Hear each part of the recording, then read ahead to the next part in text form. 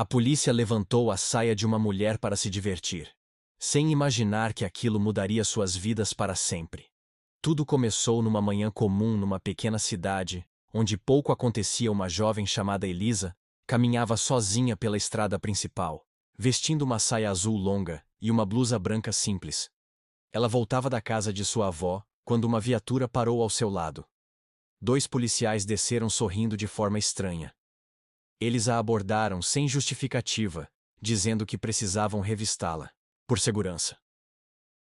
Elisa assustou-se, tentou entender o motivo. Mas antes que pudesse reagir, um dos policiais abaixou-se e levantou sua saia, enquanto o outro segurava seus braços. Ela gritou pedindo ajuda, mas o terceiro policial, mais afastado, apenas observava sem intervir. Um carro passou, e tudo foi filmado por um motorista anônimo que não sabia o que fazer, mas registrou a cena inteira. Elisa chorava desesperada, dizendo que aquilo era um abuso. Os policiais riam dizendo que estavam só brincando, e que ela precisava relaxar naquele momento. Elisa prometeu a si mesma que aquilo não terminaria assim. Horas depois, o vídeo começou a circular na internet, e em poucos minutos ganhou alcance nacional. A população ficou revoltada com o tratamento abusivo e criminoso. Os nomes dos policiais foram expostos, e a delegacia local tentou acobertar dizendo que era uma falsa denúncia. Mas Elisa decidiu ir até o fim. Ela procurou um advogado chamado Daniel, conhecido por lutar contra casos de abuso. Policial, ao ouvir o que ela passou, ele se comprometeu a representá-la gratuitamente. Daniel e Elisa começaram a investigar os antecedentes dos 3 policiais, e descobriram que aquele não era o primeiro caso de abuso. Já haviam outras denúncias, todas arquivadas misteriosamente. Mulheres de outras cidades começaram a aparecer compartilhando histórias parecidas. Daniel organizou uma coletiva de imprensa, onde todas elas contaram suas experiências e as provas que tinham o país inteiro. Ficou chocado. Enquanto isso, os policiais tentavam intimidar Elisa com ameaças anônimas, perseguições silenciosas perto de sua casa. Mas ela não cedeu. Certa noite, Daniel sofreu um atentado. Seu carro foi sabotado e capotou numa estrada rural. Ele sobreviveu, mas ficou com sérias lesões no braço mesmo hospitalizado. Ele pediu que Elisa não desistisse. Ela jurou que não pararia, até que a justiça fosse feita. As autoridades superiores começaram a ser pressionadas. O Ministério Público interveio abrindo um inquérito especial para investigar a conduta dos envolvidos. Os 3 policiais foram afastados, mas continuavam negando qualquer crime, tentando culpar Elisa, alegando que ela inventara tudo para chamar atenção. No entanto, novas imagens surgiram mostrando os mesmos homens cometendo atos semelhantes em outras situações. As evidências eram tantas que a opinião pública exigia prisão imediata. Manifestantes foram às ruas pedindo justiça. O caso virou manchete internacional. A história de Elisa passou a simbolizar a luta contra o abuso de poder e violência institucional. O julgamento foi transmitido ao vivo para todo o país e durou semanas. Os réus mostraram-se frios durante todo o processo, sem remorso. O promotor apresentou vídeos, testemunhos, laudos e relatórios que desmontavam todas as tentativas de defesa. Ao final do julgamento, os 3 foram condenados a mais de 20 anos de prisão, por abuso de autoridade, estupro e formação de quadrilha. Elisa foi aplaudida de pé ao sair do tribunal, chorando, abraçada por outras mulheres que tinham sofrido em silêncio por anos. A cidade nunca mais foi a mesma. A delegacia passou por uma reforma completa com novos agentes treinados e, sob vigilância constante, Elisa decidiu criar uma ONG para apoiar vítimas de abuso policial. Seu trabalho ganhou reconhecimento e ela foi convidada a falar em universidades, programas de televisão e fóruns internacionais. Anos depois, ao olhar para trás, ela não via mais uma vítima, via uma mulher que enfrentou o sistema e venceu. E tudo começou no dia em que levantaram sua saia, achando que aquilo seria só uma diversão. Meses se passaram desde o julgamento e a condenação dos 3 policiais. A cidade começou a respirar novos ares, mas a sombra daquele dia ainda assombrava muitos corações. Elisa agora era vista como um símbolo de resistência, mas dentro dela havia feridas que ainda não tinham cicatrizado completamente. Ela começou a ter pesadelos frequentes, revivendo o momento em que foi tocada contra sua vontade. Sentia medo de sair sozinha. Evitava multidões e tremia sempre que ouvia uma sirene. Daniel, que ainda se recuperava fisicamente, tornou-se seu grande amigo e protetor. passaram a trabalhar juntos na ONG, que fundaram chamada Vozes Invisíveis. O trabalho crescia a cada semana, recebendo denúncias de todo o país. Mulheres, homens, adolescentes.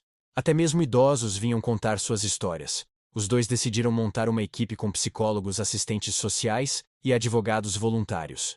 Mas o que eles não sabiam era que os policiais presos estavam ligados a uma rede muito maior. Uma organização que envolvia outras autoridades, delegados, juízes, empresários e até políticos locais e nacionais que lucravam com o silêncio e o medo. Essa rede ficou abalada com a prisão dos 3 membros e começou a se rearticular para eliminar a ameaça chamada Elisa. Uma noite a sede da ONG foi incendiada criminosamente por homens encapuzados que fugiram sem deixar rastros. Documentos, vídeos, depoimentos foram perdidos, e isso quase destruiu Elisa. Emocionalmente, ela chorava no chão, entre os escombros, enquanto Daniel a abraçava dizendo que eles recomeçariam do zero, e assim fizeram. Conseguiram doações através das redes sociais, arrecadaram fundos internacionais, reconstruíram tudo maior ainda do que antes. O caso chegou até uma jornalista investigativa chamada Júlia, que decidiu mergulhar na história e descobrir até onde ia essa rede de proteção aos abusadores. Ela e sua equipe foram perseguidos, ameaçados e até tiveram seus equipamentos roubados, mas seguiram. Em frente descobriram que havia uma lista com mais de 100 nomes envolvidos em abusos escondidos sob a capa da farda da toga.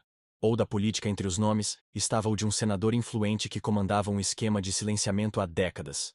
Júlia publicou uma reportagem em rede nacional que explodiu como uma bomba. Enquanto isso, Elisa recebia mensagens anônimas com ameaças dizendo que sabiam onde ela morava, onde sua mãe trabalhava, onde Daniel morava. Mas ela não recuou, pelo contrário. Decidiu que participaria da próxima eleição para deputada federal e assim levaria sua luta ainda mais longe. Sua candidatura foi recebida com entusiasmo pela população, mas com ódio pelos que queriam vê-la calada. Sabotagens começaram a acontecer, ela era seguida, seu carro foi pichado e sua conta bancária invadida. Mesmo assim, sua campanha crescia alimentada por pessoas reais, com histórias reais. No dia da eleição, a tensão era imensa. Elisa venceu com uma votação histórica, sendo a mais votada de sua região. Ao tomar posse, ela criou a Frente Parlamentar de Combate ao Abuso de Autoridade, propôs leis que protegiam vítimas de violência institucional e exigia a criação de ouvidorias independentes em todos os estados, mas isso só aumentou a fúria dos poderosos. Um dia, ao sair de uma audiência pública, ela foi sequestrada por 4 homens encapuzados, jogada num carro e levada para um galpão abandonado, onde foi ameaçada, espancada e deixada quase inconsciente. Por sorte, um morador de rua viu o movimento estranho e chamou a polícia. Ela foi encontrada horas depois e levada em estado grave ao hospital.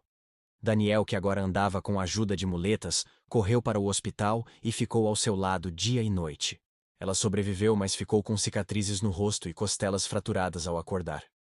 Elisa sorriu, mesmo com dor, dizendo que isso não ia parar a missão dela, pelo contrário. Aquilo só provava que estava no caminho certo. Quando recebeu alta, voltou ao trabalho ainda mais determinada. Um movimento nacional tomou força. Milhares foram às ruas exigindo prisão dos mandantes da tentativa de assassinato. A polícia não teve mais como esconder e prendeu o chefe de segurança do senador, aquele mesmo cujo nome aparecia nas investigações. Dias depois, o senador foi encontrado morto em sua mansão num aparente suicídio, mas a perícia mostrou sinais de luta. O caso virou escândalo internacional. Elisa agora era procurada por jornalistas do mundo inteiro, dando entrevistas, participando de fóruns internacionais. Até a ONU a convidou para discursar sobre justiça, direitos humanos e enfrentamento à impunidade.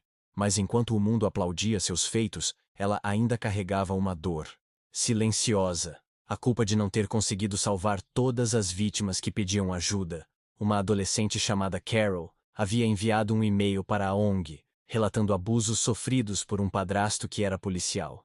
Elisa respondeu, dizendo que fariam tudo para ajudá-la, mas antes que pudessem agir, Carol tirou a própria vida. O impacto dessa notícia abalou profundamente Elisa. Ela foi ao enterro, ficou em silêncio o tempo todo, e depois escreveu uma carta emocionada, prometendo que jamais deixaria. Outra Carol, sem resposta, criou um projeto chamado Escudo Azul, que oferecia proteção imediata a qualquer vítima com apoio psicológico, jurídico e abrigo secreto. O projeto cresceu tanto que virou modelo para outros países. Ao final daquele Ano Elisa recebeu o Prêmio Internacional pelos Direitos Humanos e usou o discurso para dizer que o que um dia foi sua maior dor, agora era sua maior missão. Que aquilo tudo começou quando alguém achou que podia levantar sua saia sem consequências. E que hoje ninguém mais faria isso sem ser punido. O auditório inteiro ficou de pé, aplaudindo em lágrimas. Ela voltou para casa, sentou-se no quintal, olhou para o céu, e pela primeira vez em muito tempo, sentiu paz. Sabendo que apesar das perdas, apesar da dor, apesar do sangue, valeu a pena lutar.